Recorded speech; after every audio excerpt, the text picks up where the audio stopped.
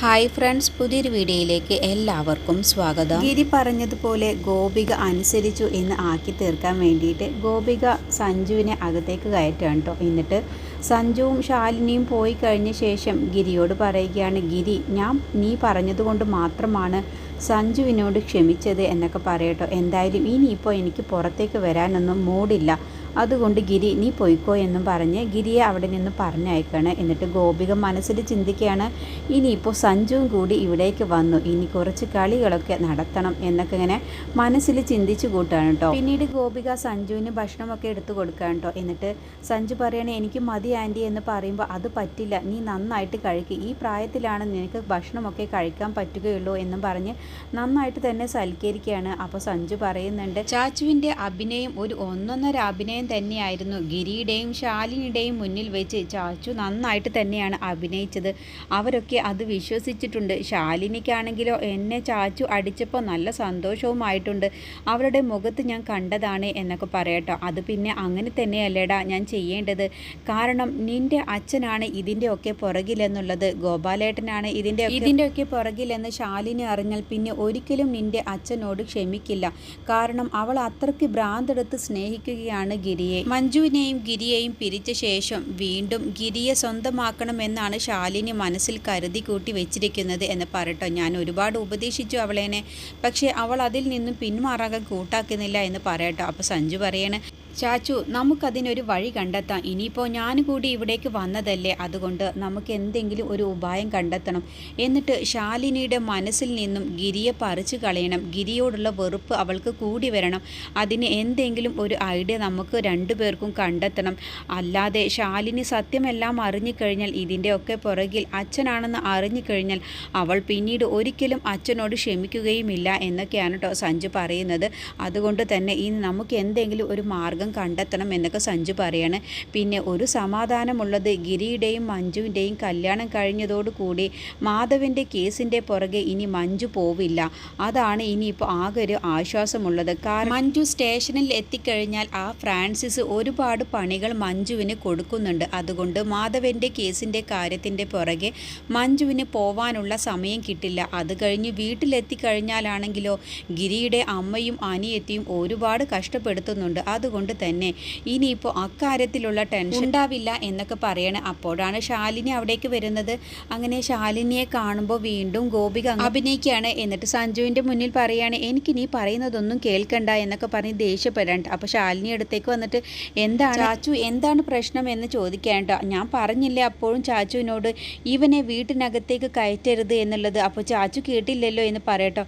നീ ഇവിടെ നിൽക്കണ്ട, വാ മോളെ എന്നും പറഞ്ഞിട്ട് ശാലിനിയുടെ കൈയും പിടിച്ച് അവിടെ നിന്നും ഗോപിക അങ്ങ് കൊണ്ടുപോകാൻ കേട്ടോ. അങ്ങനെ ഗോപിക പോയി കഴിഞ്ഞ ശേഷം സഞ്ജു ഇങ്ങനെ മനസ്സുകൊണ്ട് ചിരിക്കുകയാണ്. ചാച്ചുവിൻ്റെ അഭിനയം അടിപൊളിയായിട്ടുണ്ട് എന്നുള്ള ഭാവത്തിൽ കേട്ടോ. സഞ്ജുവിനോട് ഗോപിക പറയുന്നുണ്ട് കേട്ടോ, ആ ഗിരിയുടെ വിചാരം സ്വന്തം മകനെ തള്ളിപ്പറഞ്ഞ് അവനെ അങ്ങ് സ്വീകരിക്കുമെന്നാണ്. ഗോപാലേട്ടൻ സ്വന്തം മകനെ തള്ളിപ്പറയും എന്നൊക്കെയാണ് അവൻ്റെ മനസ്സിലിരിപ്പ്, പക്ഷേ ഏട്ടനുണ്ടോ നിന്നെ തള്ളിപ്പറയുന്നു, സ്വന്തം മക്കളെ ആരെങ്കിലും ഉണ്ടോ തള്ളിപ്പറയുന്നു, അവനത് മനസ്സിലാവുന്നില്ല. ആ അച്ഛൻ്റെ മനസ്സിൽ ഗിരിയെ ഒപ്പം കൂട്ടണമെന്നാണ് അച്ഛൻ മനസ്സിൽ കരുതിയിട്ടുള്ളത്, കാരണം അവനെ വിട്ടുകളയരുത് എന്ന് അച്ഛൻ എപ്പോഴും പറയാറുണ്ട്, അവനെ വിട്ടുകളഞ്ഞാൽ അത് ഒരുപാട് പ്രശ്നങ്ങൾക്ക് വഴി തെളിയിക്കുമെന്നൊക്കെയാണ് അച്ഛൻ പറയുന്നത് എന്നൊക്കെയാണ് കേട്ടോ അവർ രണ്ടുപേരും കൂടി സംസാരിക്കുന്നത്. പിന്നീട് ശാലിനിയും സഞ്ജു റൂമിലേക്ക് പോയി കഴിഞ്ഞ ശേഷം ഗോപിക മനസ്സിൽ കരുതുകയാണ്, സഞ്ജുവും കൂടി വന്നതുകൊണ്ട് ഇനി രണ്ടുപേരെയും അങ്ങോട്ടും ഇങ്ങോട്ടും അടിപിടി ഓടുന്നത് അതൊരു രസമുള്ള കാഴ്ച തന്നെയാണ്, അതിലൊരു സുഖം തന്നെയാണ്, ഇനിയിപ്പോൾ അതിനുള്ള ശ്രമങ്ങളാണ് ഇനി ഞാൻ നടത്താൻ പോകുന്നത് എന്നൊക്കെ ഇങ്ങനെ ഗോപിക മനസ്സിൽ ചിന്തിച്ചു കൂട്ടാണ്. പിന്നീട് മഞ്ജു ബാത്റൂമിലേക്ക് പോവുകയാണ്. അങ്ങനെ ടാപ്പ് തുറന്നു നോക്കുന്ന സമയത്ത് വെള്ളം വരുന്നില്ല. അങ്ങനെ ഗിരിയോട് വന്ന് പറയാൻ കേട്ടോ, എന്താണെന്നറിയില്ല ഗിരിയേട്ട, വെള്ളം വരുന്നില്ല എന്ന് പറയുമ്പോൾ ഞാൻ നോക്കട്ടെ എന്ന് പറഞ്ഞ് ഗിരി അത് നോക്കാൻ കേട്ടോ. അങ്ങനെ രണ്ടുപേരും കൂടി ഒരുമിച്ച് നിന്നിട്ടാണ് അത് നോക്കുന്നത്. അങ്ങനെ പൈപ്പിൽ എന്താ ഇപ്പോൾ വെള്ളം വരാത്തത്, ഇതുവരെ വന്നിരുന്നതാണല്ലോ എന്നൊക്കെ ഇങ്ങനെ ഗിരി സ്വയം പറയാണ്. എന്നിട്ട് പെട്ടെന്ന് തന്നെ പൈപ്പിൽ നിന്നും വെള്ളം അങ്ങ് വരികയാണ് കേട്ടോ. അപ്പോൾ അവർ രണ്ടുപേരും അങ്ങ് ഞെട്ടിപ്പോവുകയാണ്. എന്നിട്ട് അത് ഓഫാക്ക് ഗിരിയേട്ടാ എന്ന് മഞ്ജു പറയാണ്. അപ്പോൾ അത് ഓഫാവുന്നില്ല കേട്ടോ, വെള്ളം വന്നുകൊണ്ടേയിരിക്കുകയാണ്. അപ്പോൾ രണ്ടുപേരുടെയും ദേഹത്തേക്കാണ് വെള്ളം വന്ന് വീഴുന്നത്. അങ്ങനെ രണ്ടുപേരും അറിയാതെ പരസ്പരം കണ്ണോട് കണ്ണ് അറിയാതെ നോക്കി നിന്ന് പോവുകയാണ് കേട്ടോ. കൂടുതൽ അടുക്കാൻ വേണ്ടിയിട്ട് അവരെങ്ങനെ വിതുമ്പിക്കൊണ്ടിരിക്കുകയാണ് കേട്ടോ. അപ്പോഴാണ് പെട്ടെന്ന് അവർക്ക് പരിസരബോധമില്ലാതെയാണ് അവർ അടുക്കാൻ വേണ്ടി ശ്രമിക്കുന്നത്. അങ്ങനെ പെട്ടെന്ന് അവരങ്ങ് ഞെട്ടുകയാണ് കേട്ടോ. എന്നിട്ട് മഞ്ജു അവിടെ നിന്നും അങ്ങ് പോവാൻ വേണ്ടി നിൽക്കുകയാണ്. അപ്പോഴത്തേക്കും മഞ്ജു തെന്നി വീഴുകയാണ്.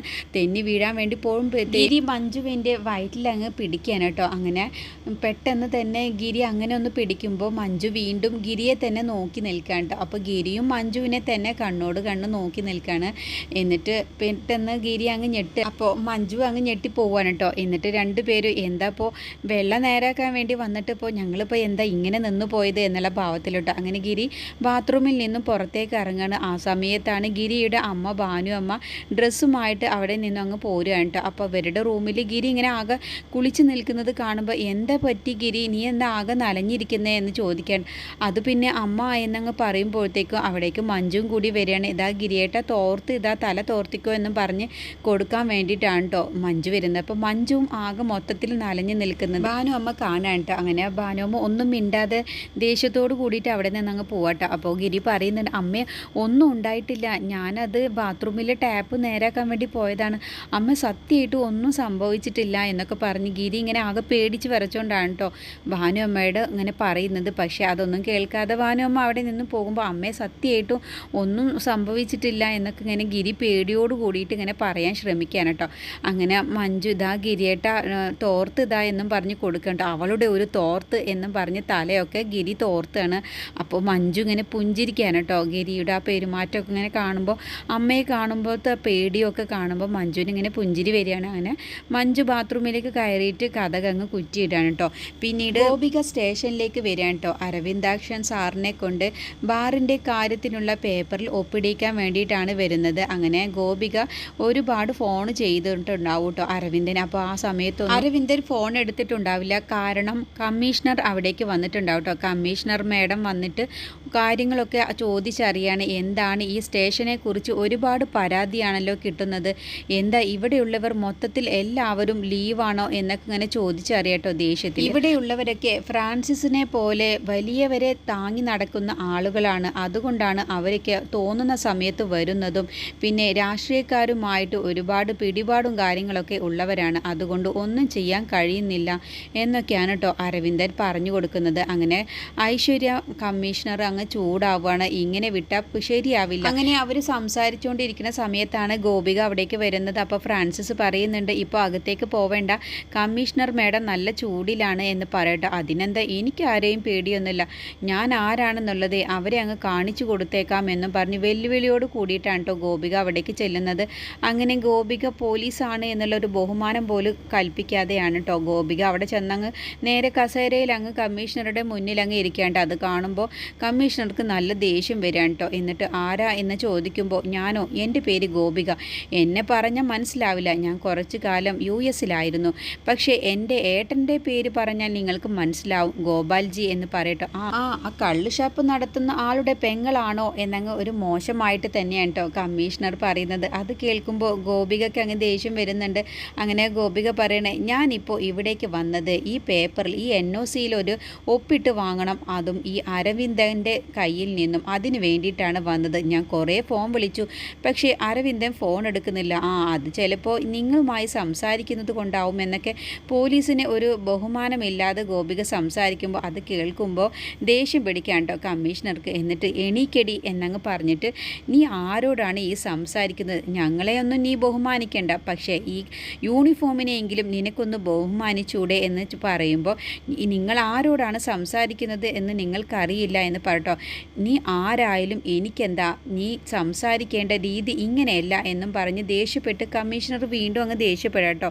ഇവരുടെ എല്ലാ കള്ള് ഷോപ്പിൻ്റെയും ഡീറ്റെയിൽസ് എനിക്ക് കിട്ടിയിരിക്കണം, അതുവരെ എല്ലാതും ചെക്ക് ചെയ്യുന്നവരെ കള്ള് ഷോപ്പുകളൊക്കെ അടച്ചു പൂട്ടാൻ വേണ്ടി പറയണം എന്നങ്ങ് പറയുമ്പോൾ ഗോപിക അയ്യോ മേഡം അങ്ങനെ ചെയ്യരുത്, ഗോപാലേട്ടൻ വഴക്ക് പറയും എന്ന് പറയട്ടെ. അപ്പോൾ കമ്മീഷണർ ചോദിക്കുകയാണ്, ആര് വഴക്ക് പറയും? അയ്യോ എന്നെയാണ് വഴക്ക് പറയുക, ഞാൻ കാരണം ഇതൊക്കെ അടച്ചു പൂട്ടി എന്ന് പറഞ്ഞാൽ എനിക്കാണ് അത് പ്രശ്നമുണ്ടാവുക എന്ന്. നിനക്ക് പ്രശ്നമുണ്ടായാൽ എനിക്കെന്താ, അതൊന്നും എനിക്കറിയണ്ട, ഞാൻ പറഞ്ഞതുപോലെ പോലെ അരവിന്ദൻ എല്ലാം ചെയ്തിരിക്കണമെന്ന് വീണ്ടും കമ്മീഷണർ പറയട്ടോ. അപ്പോൾ ഗോപിക പറയണ അങ്ങനെ പറയരുത് എന്ന് പറഞ്ഞ് വീണ്ടും ഗോപിക ഒരു റിക്വസ്റ്റ് പോലെ അങ്ങ് പറയുമ്പോൾ, അല്ല ഇവിടുത്തെ സെല്ലിൽ ഇപ്പോൾ ആരുമില്ല, ഞങ്ങളോട് വെറുതെ തർക്കിച്ച് നിന്ന് വെറുതെ ഇവിടുത്തെ യൂണിഫോമിന് പണി ഉണ്ടാക്കണ്ട. ഇപ്പോൾ അകത്തിട്ട് ചാമ്പാൻ ഏത് വലിയ പണക്കാരനും ആ സെല്ലിനകത്ത് കിടക്കാൻ കഴിയുമെന്നൊക്കെ പറഞ്ഞൊരു ഭീഷണി സ്വരത്തിൽ കമ്മീഷണർ പറയട്ടെ. അത് കേൾക്കുമ്പോൾ ഗോപിക തലയും താഴ്ത്തി നേരെ പുറത്തേക്ക് പോവുകയാണ്. അപ്പോൾ ഫ്രാൻസിസ് ചോദിക്കുന്നുണ്ട്, എന്തായി മാഡം, ഒപ്പിട്ട് കിട്ടിയോ? ഇല്ല. ആ പെണ്ണും പിള്ളയ്ക്ക് എന്ത് അഹങ്കാരമാണ്, പൈസക്കാരോട് എങ്ങനെയാണ് പെരുമാറേണ്ടത് എന്ന് പോലും അവർക്ക് അറിയില്ല. ഞാൻ അവർക്കിട്ട് ഒരു പണി കൊടുക്കാനാണ് പോകുന്നത് എന്നും പറഞ്ഞ് ഫോണിൽ ഗിരിയെ വിളിക്കാൻ കേട്ടോ. എന്നിട്ട് ഗിരിയോട് പറയാണ്, നീ എത്രയും പെട്ടെന്ന് സ്റ്റേഷനിലേക്ക് വരണം, ഇവിടെ ഒരു ചെറിയ പ്രശ്നമുണ്ട് എന്നും പറഞ്ഞ് ഗോപിക വിളിക്കുകയാണ്.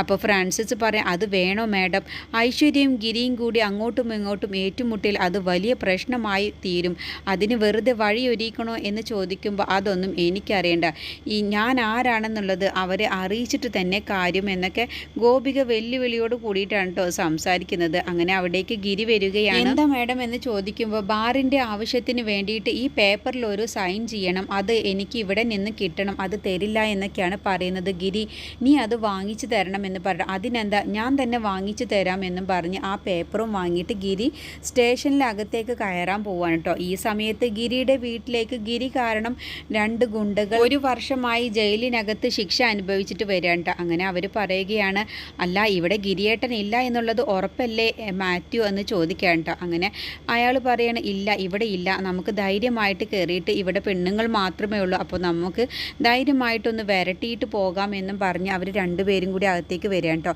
എന്നിട്ട്, എടാ ഗിരി ഇവിടെ ഇല്ല, ഇനി ഇറങ്ങി വാടാ എന്നും പറഞ്ഞ് ബഹളം വെക്കുകയാണ്. അപ്പോൾ സ്വപ്ന ആ സൗണ്ട് കേട്ടിട്ട് പുറത്തേക്ക് വരികയാണ്. ആരാന്ന് ചോദിക്കുമ്പോൾ, ഞങ്ങൾ 2 ഗുണ്ടകളാണ്, ഗിരി കാരണം ഞങ്ങൾ ജയിലിൽ അഴുക്കുള്ളിലായതാണ്, അതിന് പകരം ചോദിക്കാൻ വന്നതാണ്, അവനെ പുറത്തേക്ക് വിടുക എന്ന് പറയട്ടോ. അതിന് ഗിരിയേട്ടൻ ഇവിടെ ഇല്ലല്ലോ, ഇവിടെ പെണ്ണുങ്ങൾ മാത്രമുള്ളൂ, അതൊന്നും ഞങ്ങൾക്ക് അറിയേണ്ട ആവശ്യമില്ല എന്ന് പറഞ്ഞ് ബഹളം വെക്കാനായിട്ട്. അപ്പോൾ സ്വപ്നയുടെ ചെവി പിടിച്ചിട്ട് അതിലൊരു ഗുണ്ട അങ്ങ് പിരിക്കുകയാണ്. അപ്പോൾ ആ വേദന സഹിക്കാൻ വയ്യാതെ അലറുകയാണ് കേട്ടോ. അപ്പോൾ ആ സൗണ്ട് കേട്ടിട്ട് ഭാനു അമ്മ പുറത്തേക്ക് വരികയാണ് കേട്ടോ. എന്താടാ നിനക്ക് വേണ്ടത് എന്ന് ചോദിക്കുമ്പോൾ, ഗിരി ഇവിടെ ഇല്ല എന്നറിഞ്ഞു, പക്ഷേ ഗിരി ഞങ്ങളോട് ചെയ്ത ചതിക്ക് ഞങ്ങൾ വെറുതെ വിടില്ല, ഈ വീട് മൊത്തം നശിപ്പിക്കും എന്നും പറഞ്ഞ് അകത്തേക്ക് കയറാൻ വേണ്ടി നിൽക്കുകയാണ് കേട്ടോ. അപ്പോഴാണ് മഞ്ജു അകത്ത് നിന്നും അങ്ങ് വരികയാണ്, യൂണിഫോം ഇട്ടിട്ട് തന്നെ സ്റ്റേഷനിലേക്ക് പോകാൻ വേണ്ടിയിട്ട്. അങ്ങനെ കാക്കി കാണുന്ന സമയത്ത് ഇവർ 2 പേരും ഒന്നങ്ങ് പേടിക്കാൻ കേട്ടോ. എന്താ നിങ്ങൾക്ക് വേണ്ടത് എന്ന് ചോദിക്കുമ്പോൾ അവർ 2 പേര്, ഒന്നുമില്ല മേഡം എന്ന് പറയട്ടോ. ആ ഗിരി ഒരു വൃത്തികെട്ടവനാണ് എന്നൊക്കെ പറഞ്ഞിട്ട് ഗിരിയെക്കുറിച്ച് ഒരുപാട് കാര്യങ്ങൾ പറയട്ടോ. അപ്പോൾ മഞ്ജു പറയണ്, അതിന് നിങ്ങൾ ഇവിടെ ഉണ്ടായിരുന്നില്ലേ എന്ന് ചോദിക്കും. ഇല്ല, ഞങ്ങൾ 1 വർഷമായിട്ട് ജയിലിനുള്ളിലായിരുന്നു, ഇപ്പോഴാണ് പുറത്തിറങ്ങിയത്. നിങ്ങളൊന്നും അറിഞ്ഞില്ലേ, ഗിരിയേട്ടൻ്റെ വിവാഹം കഴിഞ്ഞു. ഗിരിയേട്ടനോ? അതെ, ഗിരിയേട്ടൻ ഒരു പോലീസുകാരിയാണ് കല്യാണം കഴിച്ചത്. പോലീസുകാരിയോ? അതെ, കോൺസ്റ്റബിൾ മഞ്ജു എന്നങ്ങ് പറയുമ്പോൾ അവരങ്ങ് ഞെട്ടിപ്പോവാണ് കേട്ടോ. ഗിരിയുടെ ഭാര്യ മുന്നിൽ നിൽക്കുന്നത് എന്നവർക്ക് മനസ്സിലാവാണ്. എന്നിട്ട്, എന്താടാ ഇവിടെ കിടന്ന് ഷോ കാണിക്കുന്നത്, ഇവിടെ ഇനി എങ്ങാനും വല്ല പ്രശ്നവും ഉണ്ടാക്കിയാൽ നിങ്ങളെയൊക്കെ തൂക്കിയെടുത്ത് സെല്ലിനകത്തിട്ട് നല്ല ഇടി തരുമെന്ന് പറയട്ടെ. അപ്പോൾ അവർ അത് കേൾക്കുമ്പോൾ അവർക്ക് 2 പേർക്കും അങ്ങ് പേടിയായിട്ട്, ഇല്ല മേഡം, ഞങ്ങളിതാ ഇന്ന് രാത്രി തന്നെ ഈ രാജ്യം തന്നെ വിടാൻ പോവുകയാണ് എന്ന് പറയട്ടോ. അങ്ങനെ അവർ 2 പേരുടെയും ഫോട്ടോ എടുക്കുകയാണ് മഞ്ജു. എന്നിട്ട് പറയും, നിങ്ങളുടെ 2 പേരുടെയും ഫോട്ടോ ഞാൻ എടുത്തിട്ടുണ്ട്, ഇനി മേലിൽ വല്ല പ്രശ്നവും ഉണ്ടാക്കിയാൽ നിങ്ങൾ വിവരം അറിയുമെന്ന് പറയണം. അങ്ങനെ അവർ ജീവനും കൊണ്ട് അവിടുന്ന് ഓടിപ്പോവുകയാണ് കേട്ടോ. അങ്ങനെ മഞ്ജു, കണ്ടില്ലേ അമ്മേ, ഈ പോലീസുകാരി ഉണ്ടായതിൻ്റെ ഗുണം കണ്ടില്ലേ അമ്മേ എന്നും പറഞ്ഞ് പുഞ്ചിരിച്ചുകൊണ്ട് മഞ്ജു പിന്നെ അവിടെ നിന്ന് അങ്ങ് പോവാട്ടോ. അങ്ങനെ മഞ്ജു പോയി കഴിഞ്ഞ ശേഷം സ്വപ്ന പറയുന്നുണ്ട്, അല്ല അമ്മ, അവൾക്ക് ഇത്രയ്ക്ക് ധൈര്യമുണ്ടോ എന്ന് ചോദിക്കുമ്പോൾ, അത് അവളുടെ ധൈര്യമല്ല, ആ യൂണിഫോമിൻ്റെ പവറാണ് അവളുടെ ഒരു അഹങ്കാരം എന്നും പറഞ്ഞ് ഭാനു അമ്മ അകത്തേക്ക് അങ്ങ് കയറി പോവാണ് കേട്ടോ. അടുത്ത എപ്പിസോഡിൽ മഞ്ജുവും ഗിരിയും സ്റ്റേഷനിൽ വെച്ച് കാണുകയാണ്. അപ്പോൾ ഗോപിക കൊടുത്ത പേപ്പറിൽ ഒപ്പിട്ട് വാങ്ങാൻ വേണ്ടിയിട്ടാണ് ഗിരി അവിടെ നിൽക്കുന്നത്.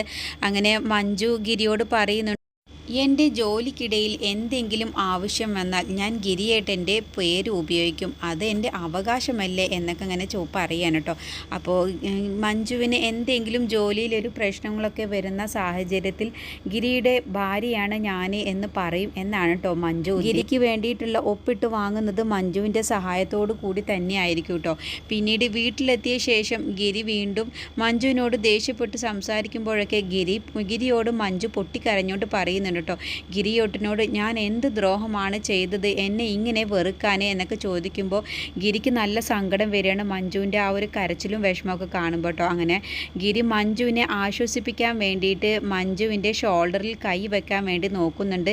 പക്ഷേ ഗിരിക്ക് ധൈര്യമില്ലാത്തത് കൊണ്ട് തന്നെ മഞ്ജുവിനെ തൊടാതെ തിരികെ അങ്ങ് നടന്നു പോവുകയാണ്. മഞ്ജു സങ്കടപ്പെടുന്നതും കരയുന്നതും ഒക്കെ കാണുമ്പോൾ ഗിരിക്ക് നല്ല വിഷമം വരികയാണ്. അപ്പോൾ ഗിരിക്ക് എന്ത് പറഞ്ഞ് ഞാൻ മഞ്ജുവിനെ ആശ്വസിപ്പിക്കും എന്നിങ്ങനെ അറിയാതെ ഗിരി പെട്ടെന്ന് തന്നെ റൂമിൽ നിന്നും ഇറങ്ങി പോവുകയാണ്.